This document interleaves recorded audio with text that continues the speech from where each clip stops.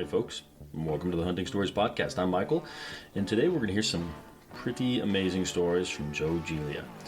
Joe is, well, there's only one way to put it. He's the leader of the Elk Bros. And today he tells us two stories in particular. One is an amazing elk season that actually changed all of the Elk Bros' life. And then the other one is actually his most embarrassing story. A story that he promised me he hasn't told anyone outside of an actual hunting camp. It's a good one. I was in tears laughing. So I hope you enjoy this episode as much as I did recording it with Joe. I can't wait to have Joe back on. But for now, let's go ahead and kick this thing off and let Joe tell you his stories.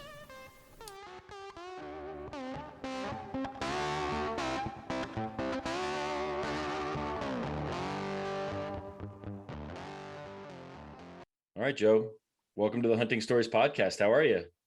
I'm good, man. I'm nervous. Man. Yeah, right. This is your bread and butter right here, Joe. I'm the one that's nervous here. You were one of the first people I thought of when I thought of having this podcast to make sure to get you on here. Wait a second. Now, Gilbert told me you told him that, man. So, well, I'm a big Elk Bros fan, so all of you guys. Yeah, I'm thinking about doing a group episode for the Venezuelan mafia because although I don't know if they'd ever end up finishing any of their stories, they just argue for an hour. Man, if we went unleashed, it would be, I don't know, man. It would just go places that you're kind of like, you know, some things go to the edge and then some people just go right over the edge. That would be the one right there. Absolutely. I believe it. Well, Joe, obviously I know who you are. I'm a big fan, but why don't you go ahead and introduce yourself real quick to the listeners? Yeah. So Joe Giglia, I'm the owner founder of Elk Bros. Elk Bros, we have our own podcast, the Elk Bros Blue Collar Elk Hunting Podcast. We have Elk Bros Adventures, which we are elk hunting coaches, and we have certified elk hunt coaches that actually go with people and do not guide, but they coach. So we have that part going on. We have our own YouTube channel. We've got merch and stuff happening out there. We have our online base camp elk training courses out there. Elk Bros is all things elk. Started with basically 5 guys that most of those guys were my clients that became best friends. And there's a whole backstory to that. And actually, I think if they listen to Gilbert's episode, they'll hear about Carl Gamage and what Carl meant to all of us and how this got started. But that was basically kind of what started all of this, other than the fact that I developed a heart issue back in like 2014, I think it was. And so the mafia, Manano and Luis, you know, they're coming to me like, bro, man, what, you know, you're a coach, you're not a guide. You got to do something with this knowledge. And we don't want you to die and that knowledge to die with you. I'm like, what? You're like, oh, it's getting grim all of a sudden. Well, we were starting off good, you know, and then all of a sudden it's like, you got to leave stuff before you die, bro. Yeah. That's pretty funny. I don't know if you remember this or remember me at all, but I was gotta be a year, maybe even 2 years ago. I reached out and asked to be an honorary member of the Venezuelan mafia. And I think they let me in because I'm a quarter Puerto Rican, but you go back farther than that. My great grandfather is Joaquin Crespo, who was president of Venezuela. So long time back, but I don't know if you remember. So I totally remember that episode, bro, when that came out. And I do want to set something straight. I am the leader of the Venezuelan mafia. You know, I know you haven't listened to Gilbert's episode yet because it just went live yesterday, but I believe he said something along those lines as well, except for himself maybe being the leader, at least the person who invented it. So there's a lot of people claiming leadership of the mafia. Well, look, all it comes down to this: when we walk through the woods, they follow me. That is the truth. There you go. Yeah. Another thing I know you dabbling in that you didn't mention is Hunt Wars, which I did not win this year. I'm not going to be on the next season, maybe next year. But why don't you tell us a little bit about what you're doing there? Yeah. So unbelievable hunting competition, if that's what you want to call it. What I call it is a reflection of what we are, who we are as hunters out there, really. You know, it's so funny that Hunt Wars is this competitive hunting show where you have teams that compete for each other to win the show.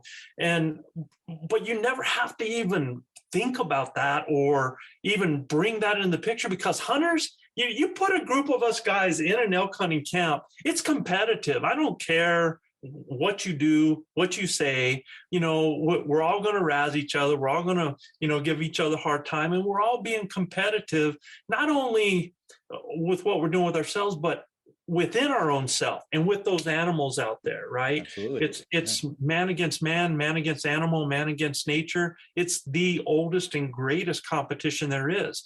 But we actually, after season 1 with Hunt Wars, and what's so cool about Hunt Wars is it's not about celebrities. It's you, it's me, it's anybody can be on this show. So they make everyday people the stars of this show.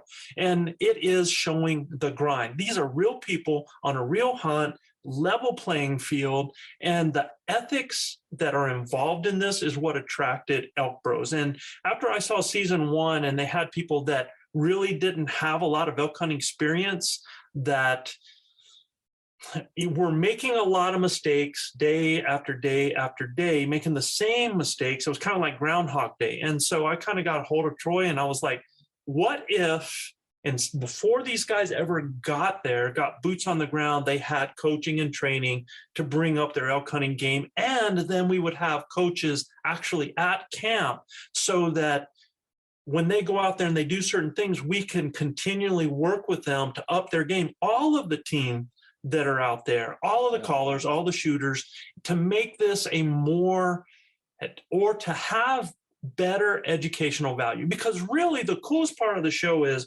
you, me, all of us people that are used to watching YouTube and seeing a 15-second highlight reel of something that's gone on for 10 or 12 days and made it look easy, are actually being able to see the real thing that is happening out there, and getting to see how people are going about it, finding out the difficulties, the failure points and the different things. And so that's what we wanted to bring to Hunt Wars, was that educational value that people like you and me could watch and actually not only enjoy the entertainment, but learn from it at the same time. And if you've watched the season 2 episodes, so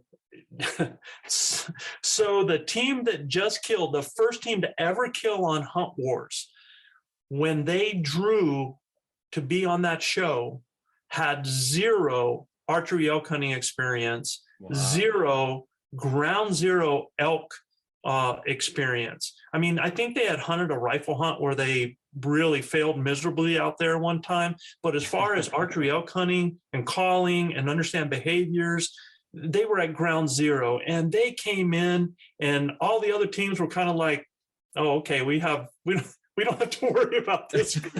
Yeah. And by about, I would say probably mid-July, I was getting texts from some of the other guys because we're all on WhatsApp together. We kind of, we're all in as a group. We all know each other. And that's the other cool, is the camaraderie part of it. But we're all there and guys are starting to say, Joe, slow down. You're coaching these guys up. And let me tell you, Team Idaho went from ground zero, not being able to make a peep, a squeak, or anything, to calling in multiple bulls and getting it done following the playbook, man. And I couldn't tell you, I was so proud of all of the guys, just hearing their calling, how much it had changed, hearing some of their thought processing while they were out there.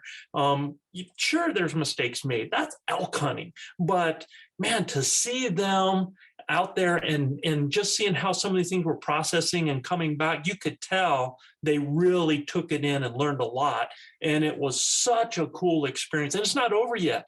I mean, there's still episodes happening, but Team Idaho is on the board. The team with the least experience came in after being coached by the Elk Bros and having 2 Elk Bros coaches in camp, and those guys went out and got it done.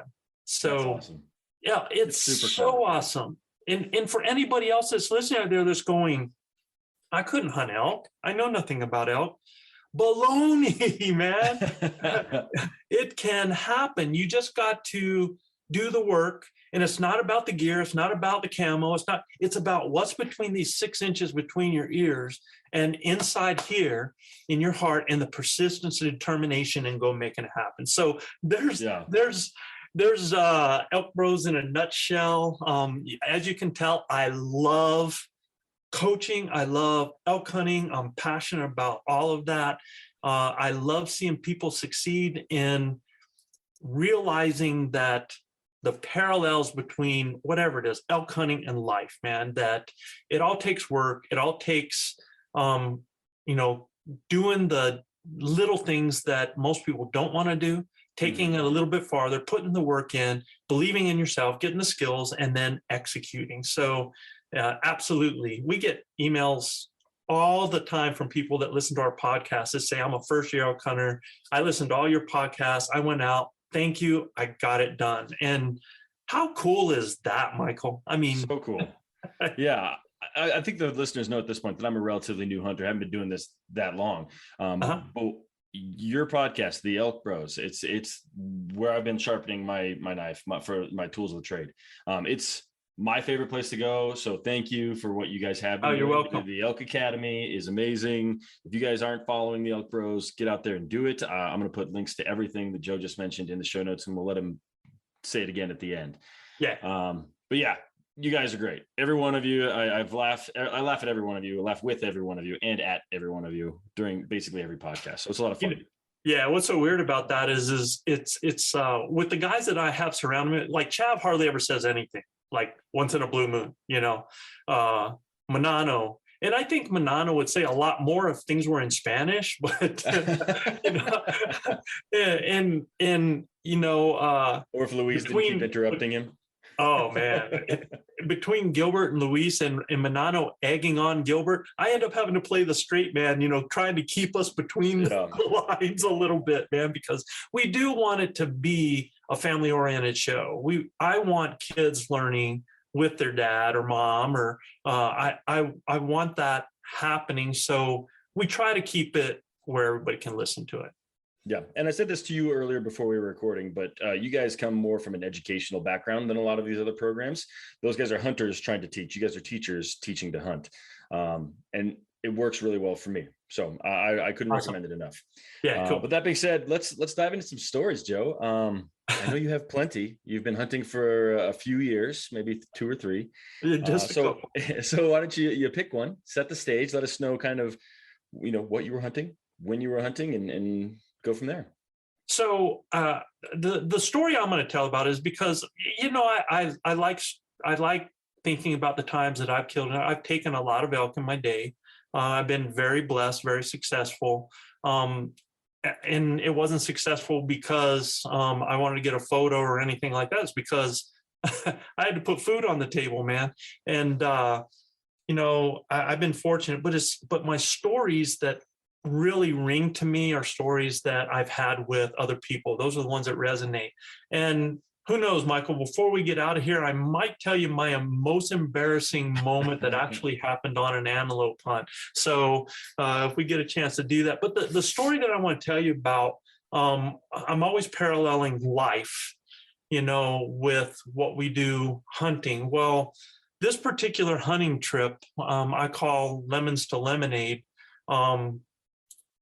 This one had more of effect in our life than any of us would ever know. And it's from the very beginning. So when we get together, when the Elk Bros crew gets together, generally Gilbert will show up a little bit earlier.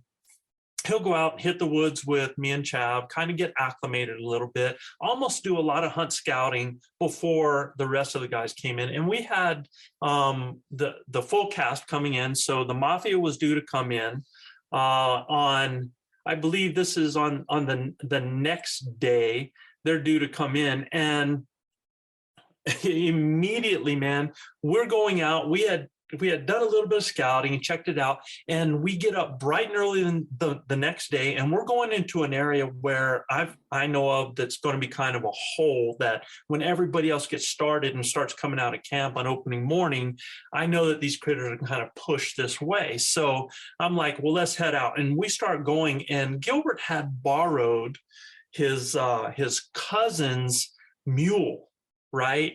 So this UTV, not a get along type mule, but not a yeah, no. So we're in the mule, and as we're driving, we're about, I don't know, we're probably mile 5 away from camp. To what we do is we always drive to an area that we want a starting point from, right? So we go to that starting point and then we bail from there and we take out. And we're on about mile 5, and for some reason we're trying to find this particular road, and things had grown up. I mean, it was real hard to see where the old 2 tracks were. And all of a sudden the lights on his vehicle start to go dim. And I mean, this is, we're out there a couple hours before daylight. That's one thing that we do. And the lights start to go dim. And Gilbert, what the, and he had some choice words, so, Gilbert's like, and we're like, dude, what's going on? He says, man, this thing was working perfect before. So we sat there and we played with a few things. He goes to turn it on and it goes back and starts again. So yeah, let's go. So we start taking off. Well, that's one thing about hunters. We're kind of like, well, when things start to go a little wrong, as soon as they go right, let's go deeper. Let's not go back. Yeah, everything's 100% now. Yeah, we're going, man. So now instead of being at mile 5, we're at about mile 6, and the vehicle just dies, man. Oh. And this is opening morning for us, a chance to hunt scout, and we're excited, we're pumped, and we're in the middle of nowhere, and the vehicle dies. And I'm like, son of a gun, man, what are we going to do? And I figured I'm going to have to get these guys out of there. So I might have to go all the way back to camp, get my truck, and now to drive on these roads, because I want you to understand, I want everybody to picture this, because when I say road, that is a very loose term, because what we actually drive on are more like riverbeds, right? It's like volcanic rock, big old boulders. And if you have a UTV, ATV, the amount of time it takes you to get over those in that ATV for a truck is going to take 4 times as long. It will beat you to death. So yeah. I'm like, all right, guys, there's no sense all of us walking back. And I'm sure Gilbert was more like, okay, bro, I'm if you want to walk back to camp, I'll wait here, right? So it's starting to rain on us. And I'm like, okay, I'm going to take off. I just grabbed my pack, grabbed my bow. And I can remember actually recording something on my phone as I was doing it, going like, okay, we talk about failure points. It's day 1 and we found our failure point, man, here. So I did not plan on walking out of this. So 6 miles I've got to go to get back to camp. So I'm just hoofing it, going across country, getting down, heading down, up and down through all of this stuff. And I'm probably about, I'd say only a mile from camp, and here comes another UTV, boom, boom, boom, boom. And it happens to be a friend of mine that I know and his son.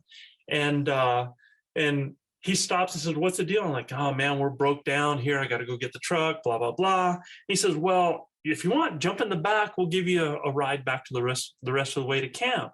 And I'm like, yeah, but I'm just, I'm so worried about these guys back there. They're just stuck. So yeah, sure, I'll jump in the back. And as I'm going, we're now it's even worse. Have you sat in the back of a UTV going over boulders before? Honestly, would have been better off walking. I mean, yeah. So we're going there, and as we're getting close to camp, I'm looking, and I'm sweaty, man. I've been humping it all the way back. I mean, I am sweating like crazy, and I look, and I see movement in our camp. I'm like, who the heck's in our camp, man? And I look in there, and it took a second to register, because sitting in a chair, relaxing, kicked back is Chav with a cold drink, drinking it. And there's Gilbert. And I'm like, what? What the heck, man? And come to find out, it wasn't 15 minutes after I left him. Gilbert gets the thing to start and says, let's go, Chav. So they just hauled it back, just boom, boom, boom, all the way back to camp. Yeah. And we get there, and I'm like, you got to be kidding me, man. So they're like having a party waiting for me to get back, right? So they're not worried about you, just like, he'll get here eventually.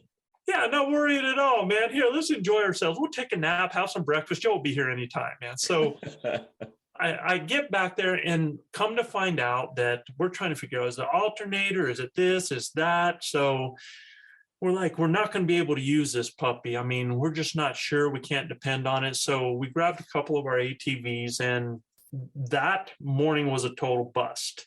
And so we tried all that evening to figure out what was that. So we said, all right, the mafia is due here tomorrow about 10 o'clock. We'll try to get everything straightened out, get it fixed before they get here, and then we'll take off in the morning on the ATVs. So we do that. We burn the whole day trying to figure out, come to find out that, Gilbert gets on and has the guys stop and buy batteries for the UTV, all this stuff. And it was just a bad alternator is what it was. So the next morning, we're up bright and early and we take off. And we go to another area that's not as far away so that we can get in and check it out before the mafia comes in. And we stop, we come over a ridge. And one thing that we like to do is, I'm kind of the type of person that I'm a lover before fighter. So I'm always throwing a little bit of a cow call out, trying to find that and see what's going on, see if there's anything in the area. Well, I had kind of casted some cow calls. I even casted a location, really nothing happening, right? But I know this area is a transition area. I know that animals like to go from point A to point B, and they really funnel through this all the time. So I told Gilbert and Chab, I said, let's set up, let's put a little triangle up, and I'm going to put on a show, which means that we were all going to start playing some parts of a herd and start sounding like elk in there to actually attract elk into us, right? So we start doing it. I start doing some raking, and we have a blast doing this, man. Everybody's playing their part. You can feel your neck swelling up, man. And I think I even peed myself a little bit, the whole thing. Yeah. So I got it all going on. And we're doing this, and all of a sudden I hear this bugle come at us over here in this little challenge. I'm like, well, we found victim number one, which was another hunter came into our show. So I was like, okay, let's just keep doing this. Let's give them something new. So we keep putting it on, and man, all of a sudden screaming at. So I cut him back off, and we do this. Now we're just going back and forth with this hunter, and ended up calling him in, and it was my same buddy that gave me the ride back at camp the day before, and his son. So I had this is how you repay me. Yeah, I had just pulled him off the top of a hill all the way across a big old ridge, came over, he heard us and came back in. He's like, man, y'all sounded good. So we're sitting here and we're talking to him. And he said, yeah, Joe, he said, but I saw a bull come over the fence line about 200 yards down over there when you were putting on that show when I was coming in. And so I'm like, and this is how we are when we bump into each other in public. I'm like, okay, man, you saw him, what is your plan? Where do you plan on going? He's like, well, me and the boy have to get back. We've got a birthday party, blah, blah, blah. And I said, well, then if you don't mind, we're going to head that way. So he said, no, he said, go for it. So we start to walk. And as we start to walk, I catch movement and I look, and it's two other hunters sneaking in on us. And so when I see the movement, I kind of give a turkey call and I kind of wave at them like this, and real nice. And we would have gone over and actually talked to them as soon as they realized that they were sneaking in on a group of hunters. They weren't happy campers. They kind of stood up, turned around, just took off a little on the angry side. Well, that's how things go, So here in this area, we've just called in, every hunter people, right? No elk yet. But we had an idea that there were still elk in the area from the sighting that we saw. So we did not go 200 yards, Michael, up on top of a ridge.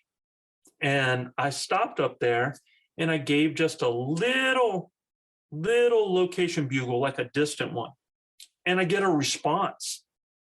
So right away, man, we're like, yeah. And actually, I get 2 responses. So we start cutting the distance a little bit, trying to get in a better setup position. We are a perfect, man, because the way we're moving, we have the sun in the face. We got the sun at our back, the wind in our face. That's the perfect scenario, man, for an animal coming into you. It's really hard for them to see. They're not going to be able to smell you. The ears are working on whatever calls you're doing. So you've just eliminated 3 defenses of that animal, right? So as we're going in, we locate this perfect spot, we set up, and we start putting on a show. Well, the next time I hear that bull, he sounded further. Now, he could have been over a ridge, he could have been turned the other way, but as soon as I heard that, I'm very aggressive. So I go to jump up to cut the distance, and when I do, I hadn't noticed 5 other bulls that are sneaking in on us from the right. And they're only about 35 yards away. Well, yeah, and we're so focused this direction that they're off on our 3 o'clock over there and coming in on us. And as soon as I stand up, they kind of booger because they see the movement. Well, your first reaction is you drop down. So we dropped down. I cow called, and as soon as I cow called, they stopped because, again, they kind of had the sun. They didn't have the wind. They saw movement. They weren't sure what it was, right? So here's all 3 of us down, and these, it's actually 5 dinks, man. And they're like, well, what was that? So they're looking like that. And I had, for the first time, this is the first time I had done it, I had brought one of the predator decoys with me. And I don't know if you've ever seen the predator decoy, but it mounts on the front of your bow. It has a shooting window, and it's a cow elk on the front of your bow. And the first time I saw it, I was like, that is the ticket right there. Because elk want to see things, number one. And once they see something, it makes a lot of their senses react. Now, they come in because they've heard something. Now they've seen it. 2 things are satisfied, and they're going to come to you. So I'm like, okay, I take this decoy, I pop it open on the ground, I take my bow, boom, I put it through, I bring it up, and I cow call. And those bulls, man, right away, that one bull goes and he kind of looks like this, and here they come in a line, man, just boom, boom, boom, coming right to me. I'm like, you got to be kidding me. And the bull stops, and he looks, the front bull on the front of the procession stops. And all I did was I reached up and I gave a little twitch of the ear on the decoy. Oh, man, sold it right there. So now I've got my arrow already knocked. It's already in there. These elk are coming in. They're at 30. They're at 25. They're at 20 yards. And at 20 yards, the bull stops in front of me broadside with the rest of them lined up behind. And I'm like, okay. All right, so this is where Joe Giglia breaks one of his cardinal sins, man, in that I'm using something for the first time that I have not practiced with, right? And that's this decoy. Now, I am an instinctive shooter, and being instinctive, you look down the shaft. I keep both eyes open over my arrow. And so if you've ever done that, like if you put your finger out with both hands and you look beyond it, you're actually going to see 2 fingers, a right and a left, right? Depending on how your eye is seeing there. Yeah. So I always know which one it's actually going to be. Naturally, I know that it's the image over on the left-hand side that I actually use as my lineup when I'm instinctive. Well, that's getting ready to come into play. So here's the first mistake I make. The first mistake is I have this decoy down like this, and I go to draw, and when I do it, the motion goes up. So all of a sudden this decoy goes boom, like this real fast in an unusual movement that made that bull flare. So as soon as I did that and I drew back, he jumps and he flares, and I cow call again. So now the bull that was at 20 yards is at 30 yards. And he's standing there with a tree perfect kill, but he's got that tree right here on the front of the shoulder, but I've got perfect kill behind the tree. So I'm like, no problem. I pull back, and here's where that thing happens twice to me on I should have practiced with it. So the first one is I raise incorrectly. The second one is when I draw, I'm looking through a sight window. And so the shadow or that image of my arrow, one of them is off of the sight window. So I just go with the one that's in it. And instead of it being the left side, I bring over the right side. So now I am no longer shooting straight. I am now shooting to the left. Okay. Oh my goodness. Yeah. So right I where pull that tree back. is. This bull is dead, man. I mean, this bull is dead to right, standing right there. I pull back, I let fly, and I center that tree right there on the shoulder, man. Heart shot. And when I do that, I turn around and I look, and there's Gilbert and Chav, and they're looking at me like, dude, at 30 yards, really? You know, what the heck is going on? So they run, and I cow call again and have the decoy, and they stop again and look back at that decoy. Now this bull is at 50 yards, and I'm like, okay, I know what I did wrong.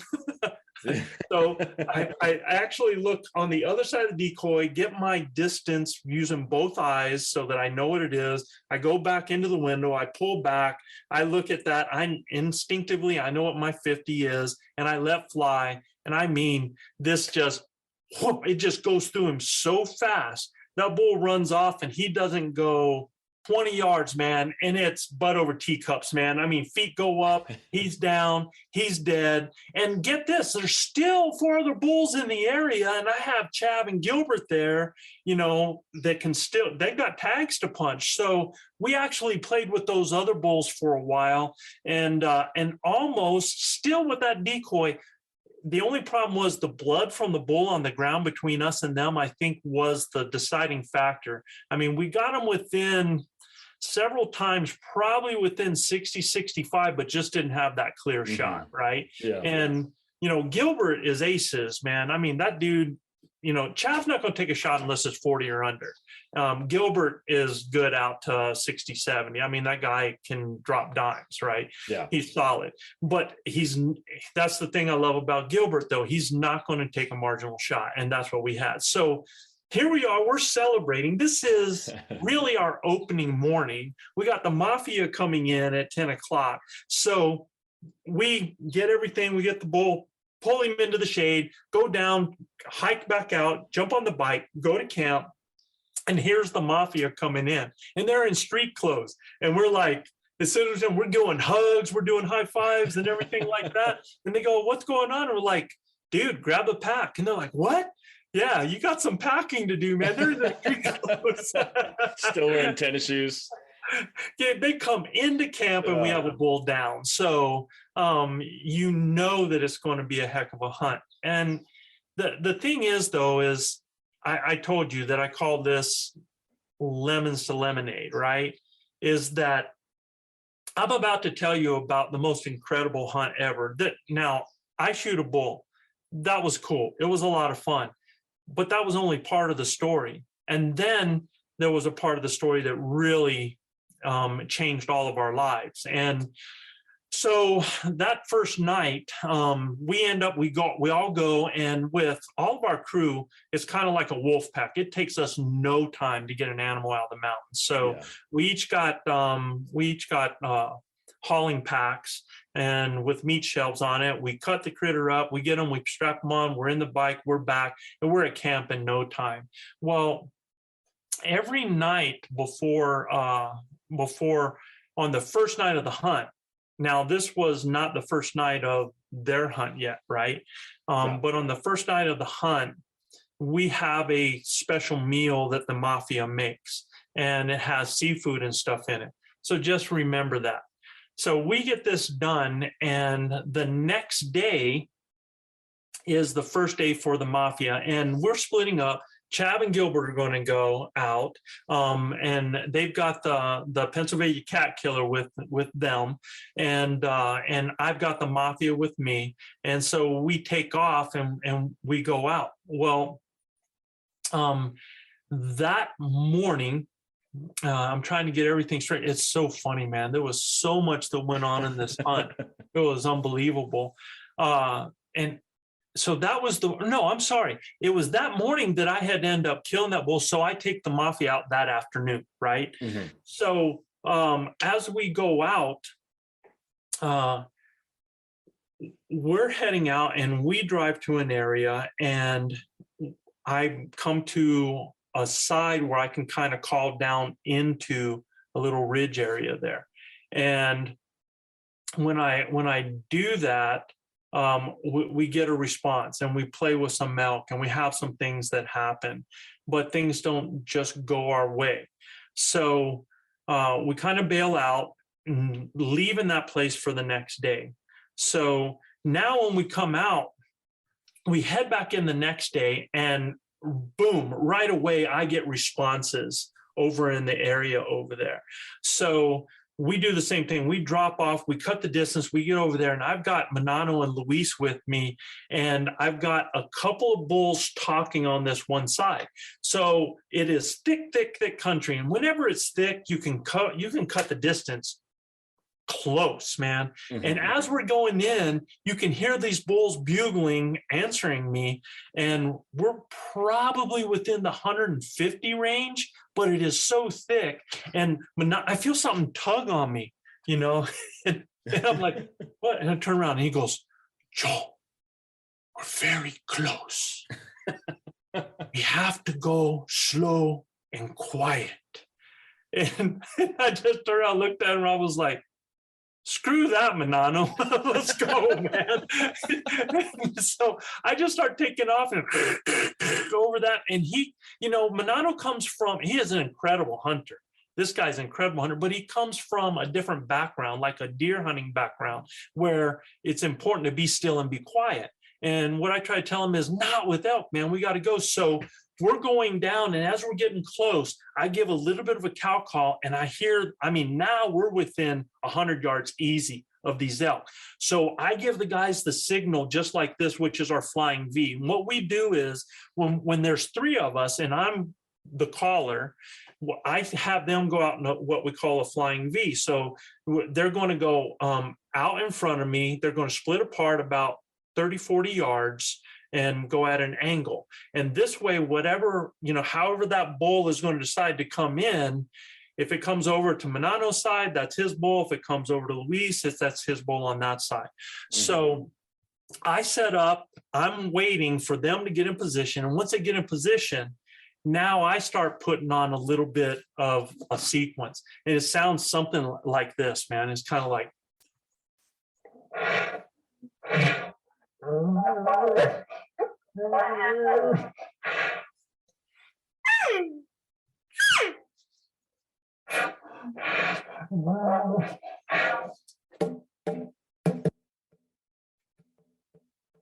So what I'm doing is I'm sounding like a bull with a cow over there, right? And I'm doing a little bit of raking, so I'm not doing any bugling. It's all these low noises to make these bulls think that there's a bull over here with a cow, and make it sound kind of like a rutting breeding type thing, right? So as I'm doing that, all of a sudden I can see the body posture on the guys change. And this bull comes in, and it's amazing because this bull comes and he kind of just stops. He just kind of locks up. And Manano, to this point, he's taken an elk before. The previous year he took a cow, but he's never shot a bull. And this bull comes by him at 30 yards, 35 yards, looking for me, and is just totally oblivious because I'm sitting here making these noises. And Manano makes a beautiful shot on this bull. As soon as it starts happening, the first thing I do as soon as I see that shot, and I'm not worried about sounding good. I mean, I've even done it with my mouth. So I don't care how good that noise is. I'm just screaming it out so that I disorient the bull to make him think that what he felt was maybe another bull, maybe hitting him with horns or anything like that, right? That there are other elk in the area. So after everything goes quiet, I sneak over to Manano, and he's sitting there, and he's like shaking. And he's like, bro, Viralakis, bro, Viralakis. And he's like breathing hard, and he's rubbing his head, and he's so excited, and I'm giving him a hug, and we're trying to keep everything quiet. The bull did not go 50 yards and piles up. And, we actually have it on video. So, okay, so I've killed in day 1. Manano has killed in day 2, right? Well, day 3 is yet to come. Because if you've ever seen our crew together, especially Manano and Luis, if you were to listen to these guys, they're like Mutt and Jeff. They're always arguing. They'll argue about the smell of air, the taste of water, how wet it is. I don't care. They're going to argue, man.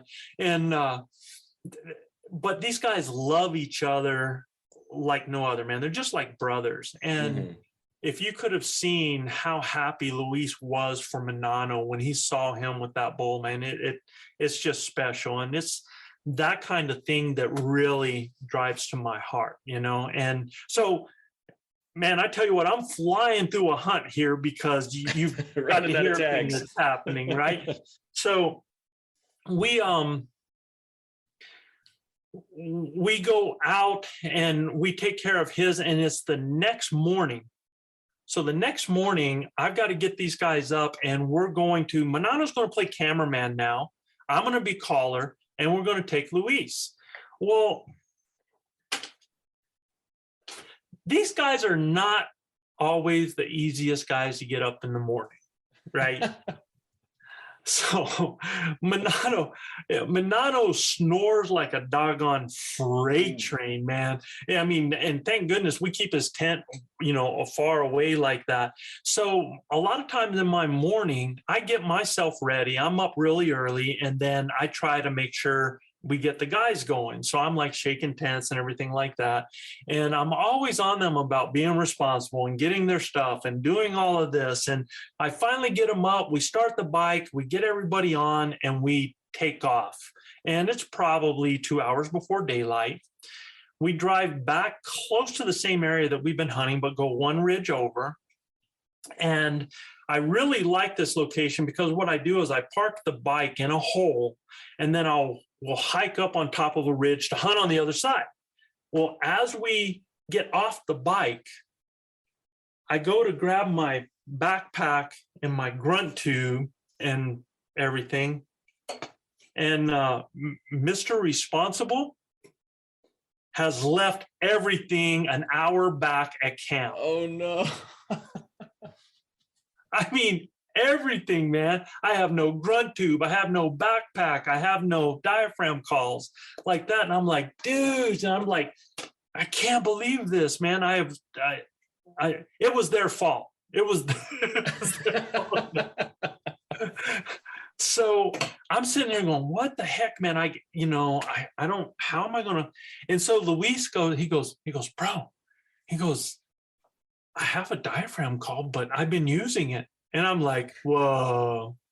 All right. So in my head, it's kind of like, all right, so this guy has been using this, and I don't know, this is almost like a relationship type thing that we're getting ready to step over the line here. Yeah, I think he might need to buy you a drink first before giving you that diaphragm call. At least play some music, stroke me a little bit, there you go. Something like that, man. And so I'm looking at him, and he's holding it out like this, and on one knee. I'm like, what's that? On one knee, like he's proposing. Here you go. Yeah. And I'm like, all right, okay, Luis, give me the diaphragm call. I'm taking it for the team, dude. We're not going back an hour. I'm going to do that. I said, I don't have, he goes, well, I got my grunt tube you gave me. Okay. So I grab a used diaphragm call and Luis's grunt tube, and we take off. And I get to the top of the hill, and I give a little cow call out. Yeah. We get a bugle, man. So that's the thing that people don't realize, is that a cow call is a location call as well, right? Yeah. So when we get this, we kind of are stopped listening and it stays in that area. So I'm like, all right, let's go. We got to close the distance. I know where they're at. So we bail off and we come to this one area in which we are really only probably 150 yards to 200 yards from a fence line. And that fence line is private property and we're not going to be able to go over it.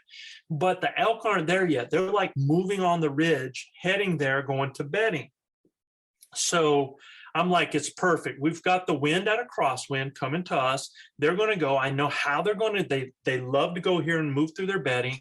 So let's go up and work on this. So we start to go in. I give a location bugle and bulls start going off in different areas. So we move up to the ridge. And as we're doing this, as we're moving, here comes like all of the elk, man. You can see them crossing this open area, going over the fence, going to the other side on private property, right? So it's one of those situations that a lot of people would be like, it's over, they're not coming back. Well, there were still elk sounding off, especially cow elk. If I'm looking and I have private property off to my left, a ridge in front of me that's going as a divider, and then area towards my right, I'm still hearing some cows off to my right, plenty of bulls on private property on the other side. So I know that there's elk in the process that's happening back and forth. So what I do is I get Luis and put him down on the edge of this ridge because it turns to open park.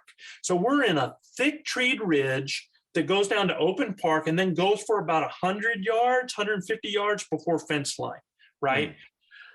So what I decide to do is I'm going to go up on top of the ridge and I'm going to myself be a herd of elk.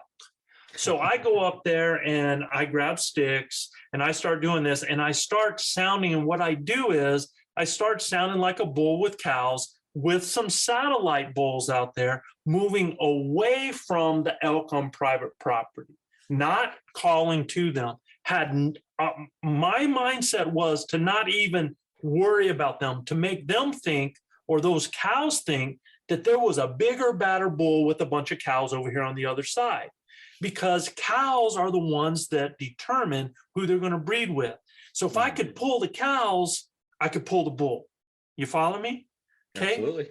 So I've got them down there and it's probably 45 minutes later that I'm up there and Luis is, and Luis told me this later. He's like, man, I was going to tell Manano, Joe, give up. They're not going to come, blah, blah, blah.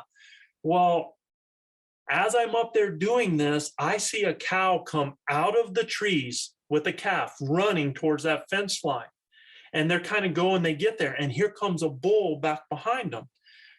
Well, the cow jumps the fence line and starts heading towards the tree line where Luis is at. Now, I'm not sure, like I can see him down there a little bit.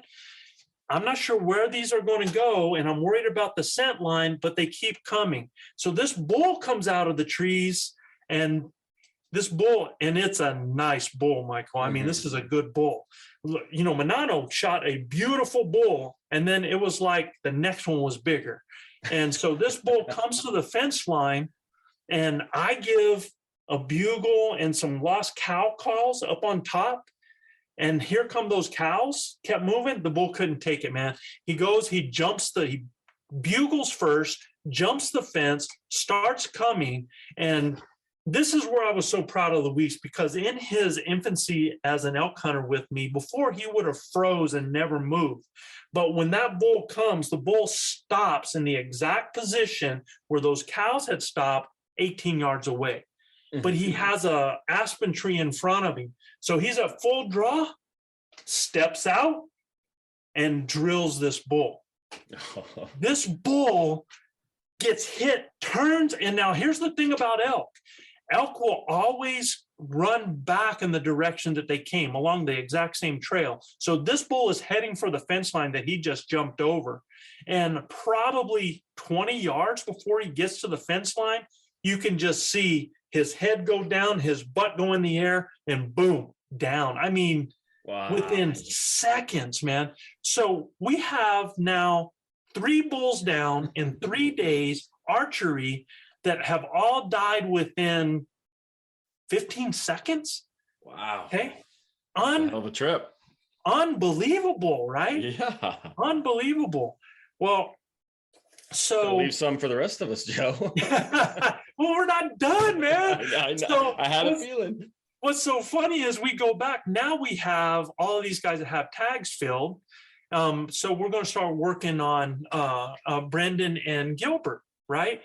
Now, Chav was having some issues and we didn't know what was going on. And he just wasn't feeling that good. So there was a day where he felt like, that he was going to stay in camp and stuff like that a little bit later on as we're going. And what had happened was on that one night that I told you that we make the seafood, well, the next day, Chav woke up in hives. Ooh. And with this allergic reaction, well, he's never been allergic to shellfish or anything in his life. So I kind of freak out. He's having trouble breathing. Gilbert, who is allergic to everything, has a whole bunch of Benadryl, and we drown him with Benadryl. And I'm like, guys, we're going to take him in. Now this is before right after Luis, I believe, had killed his. And we're like, I'm going to take him out of the mountain and take him down to the hospital. And Gilbert's like, yeah, man, I'll go with you. And Luis is like, well, we're all worried about Chav. Maybe we should go too. And we're like, no, man, you guys are next up. We got this. Luis, you know how to call. Go out there. It's time for you to take the lead, right? And we go out and we take Chav down. By the time we get down, the Benadryl's starting to work, but I still took him to the hospital the next day. Yeah. Well, the doctor at the hospital had found out that there was some things that he had been taking, some steroids. So he gives him a shot in the hip because he thought that it was just a steroid issue that was going on, and gives him a shot and says, and Chad's like, well, what do I do? And he's like, go back hunting, right? Get back up in the mountain.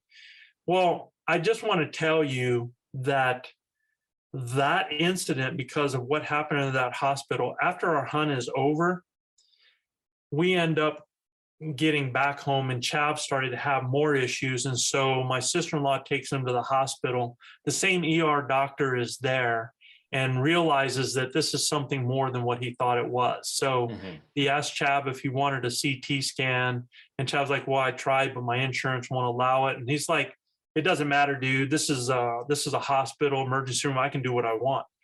So he goes and puts him in a scan.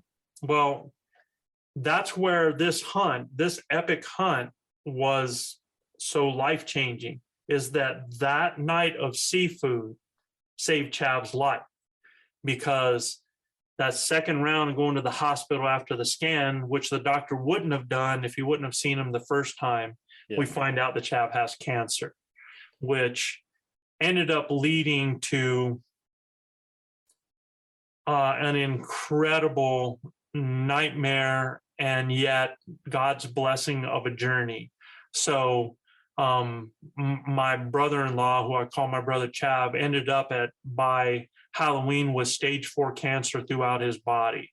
Wow. And developed tumors along his back that impinged his spine, that took away his ability to walk. And but the best part of the story is that the fighter that Chav is continued to fight with support of all of these guys and everybody around him, and his own internal motivation and family.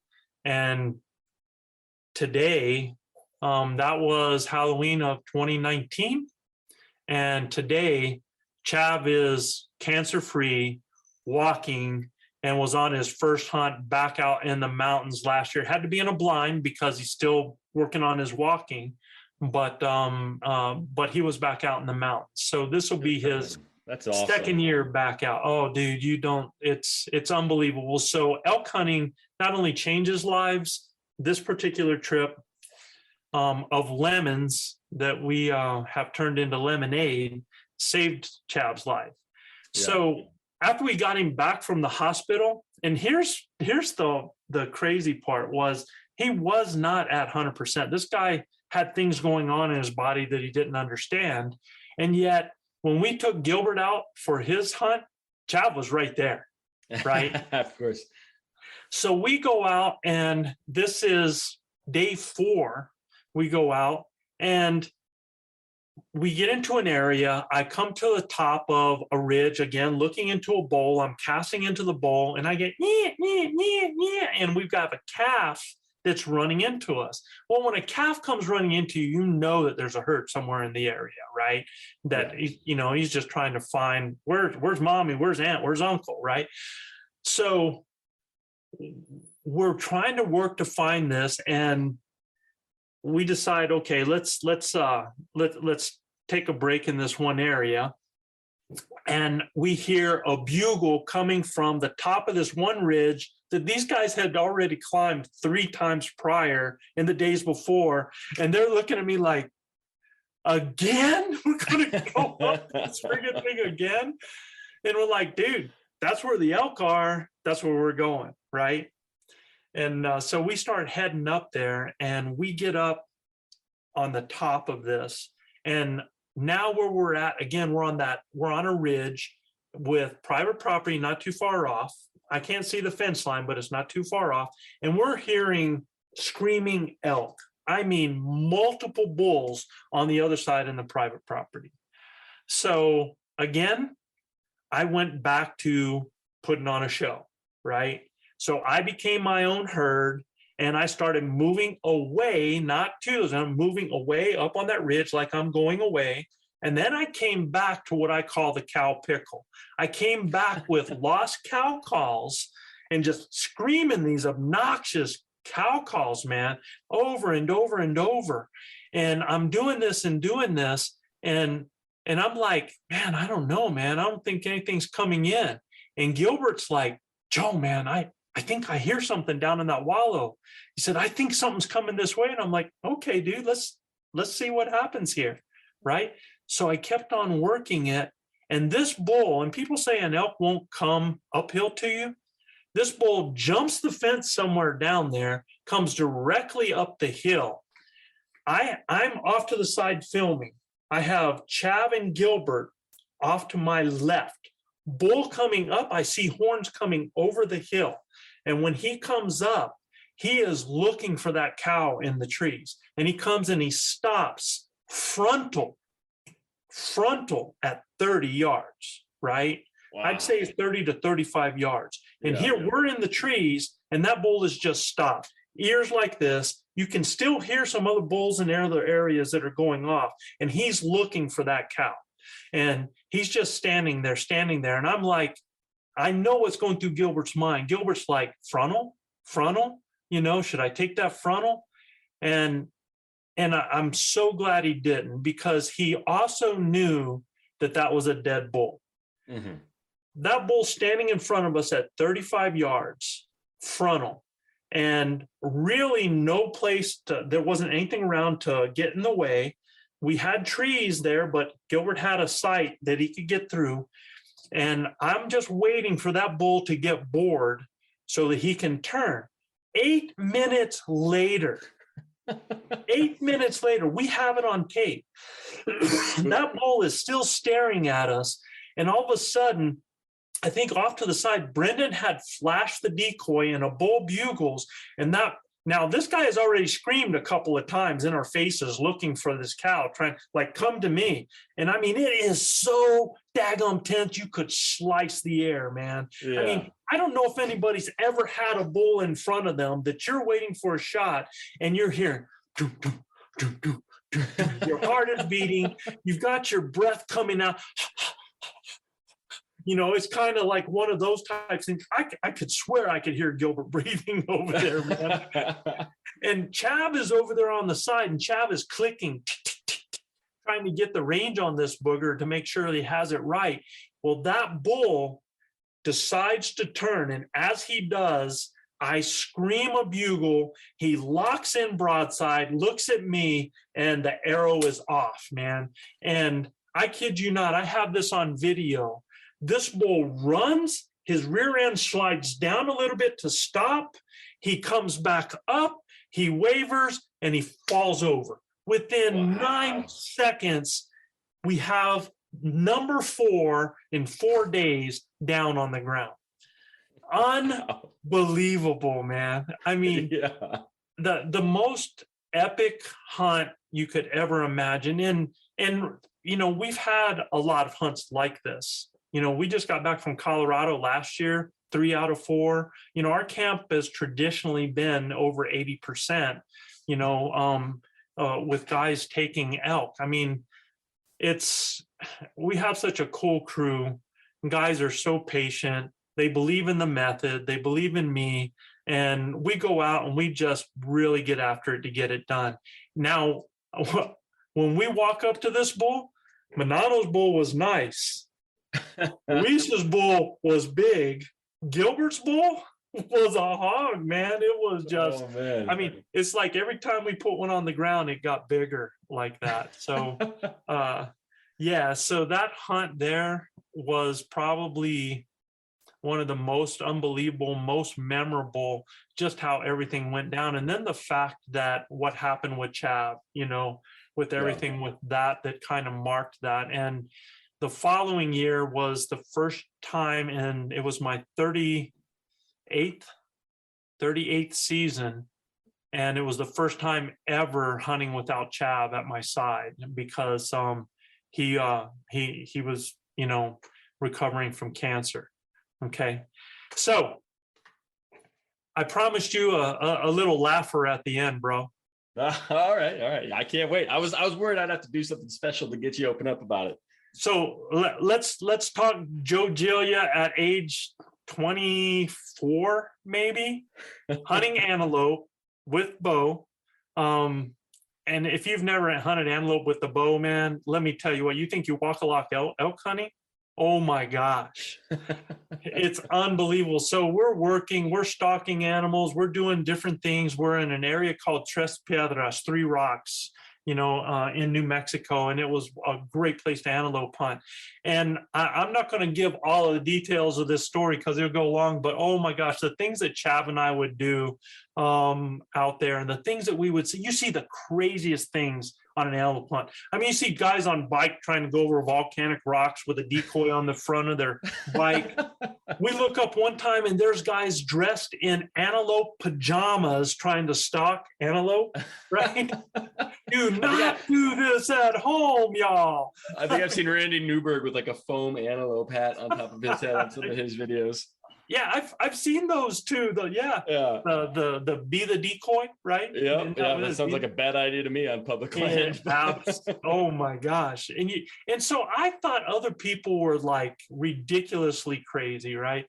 So I'm in this area, I'm moving through a little bit of a draw, this got a little bit of scrub oak that's going out to a little bit of an opening. And when I look out there, there is a beautiful buck that is bedded down. And he's about, for me at the time, he's about 200 yards. So I start stalking this booger, and I move, and I'm in the scrub oak, and I come up in this low scrub oak, and I come into an area right at the edge where now it bottoms out and there's nothing else, right? So I've got some bushes on the side, scrub oak where I'm at, and this antelope is bedded out there, and he's at 80 yards. Not my shot, right? Yeah. So I'm like, well, how can I get this booger closer? And this is like my first time hunting antelope out there. I've already done the pit blind thing, which totally sucks, and I have ADD and that doesn't work. So I'm out stalking these things, and I'm like, how do I do this? And I was like, you know, I've heard stories of people waving a white flag, right? And I'm like, well, I don't have anything white that I can, I do have something. So I proceed to stand up and drop my drawers to my whitey tighties, man. And I bend over and I kind of I put my rear end out. This my friend, you owe me money for. Yeah, I'll owe you a couple beers, I think. and I'm sticking it out, and I have my bow knocked, and I'm looking over my shoulder, and I'm just kind of backing up a little bit, kind of moving a little bit side to side, putting the move on, Yeah, man. just being the sexiest antelope you know how to be, right? that buck goes like this, man, and he looks, and he's looking like, I'm like, yeah, he stands up. He starts to take a couple of steps, and I'm like, oh yeah, this. How do I put this? How do you send this story to bow hunter if you're successful? First of all, how do you send this story, right? And so I'm sitting there doing this, and I'm letting it, because I got to be ready to shoot, So I've got my arrow, and I'm backing up like this, and as I'm doing this, and I'm twerking in the, I'm doing all of that stuff going on to this buck out there. The first one thing goes to my mind is I'm like, man, I am so glad there's nobody here to see me doing this. I was going to ask, where's Chav? Just as that thought gets out of my head, I look up to the left. 40 yards away is a man and his wife standing there rolling, dude. They're just like, so forget the buck. I straighten up, I pull up my britches, and I just start walking off, man. It was like, it's over. I'm done. I think I left a buck antelope rolling on the ground in a couple rolls. I bet to this day they're probably someplace saying, yeah, we were hunting over in Trentdale, Ross. Joe, that's the funniest. I think that's the funniest hunting story I've ever heard. That is my most embarrassing hunting moment, man. And yeah, you're the only one privy to that, man. So for now, when this is released, then I may have to come down and pay you for the rights to the story here, because that's a good one. Oh my God, I'm in tears, Joe. Well, I'm glad I can make it. Look, if you ever need a private twerk, I do, on occasion for money, so. Yeah, well, we all got to make a living somehow. We got to make a living somehow, bro. Joe, this has been fun, man. Thank you so much. I have a feeling that I'm going to call on you again to tell us some more stories. I don't know if any of them will live up to the two that you just told, but this was a lot of fun. So thank you. Absolutely, Michael. I had a blast, man. Yeah, thanks for what you're doing. Of course. And before we sign off fully here, why don't you give the people a couple places that they can find you, find the Elk Bros, maybe your Instagram, website, whatever it is, wherever you want to send them. Yeah, so all you got to do is go elkbros.com, ELKBROS, one word, elkbros.com. You go there, you can find all things Elk Bros. We're on Instagram, we're on YouTube, just do a search for that. If you want to find us on Apple Podcasts, or go to Waypoint TV, that is our host network, Waypoint TV, and it is an incredible channel. Go there, you can find all things hunting, fishing, outdoors, man. So go check it out. Drop us a line, ask us a question, let us give you a shout out on our podcast. But whatever you do, man, as you can tell, in life, you got to learn to laugh at yourself. You got to enjoy it, got to have good times, and that's what makes the memories. Absolutely. I'm trying real hard to go antelope hunting this year, Joe, and I'm pretty sure you just gave me my first tactic that I'm going to try. So I'll try and recreate that in a video for everybody. There we go. All right. Thanks again. I appreciate it. Thank you, man. Take care. Peace. Yeah.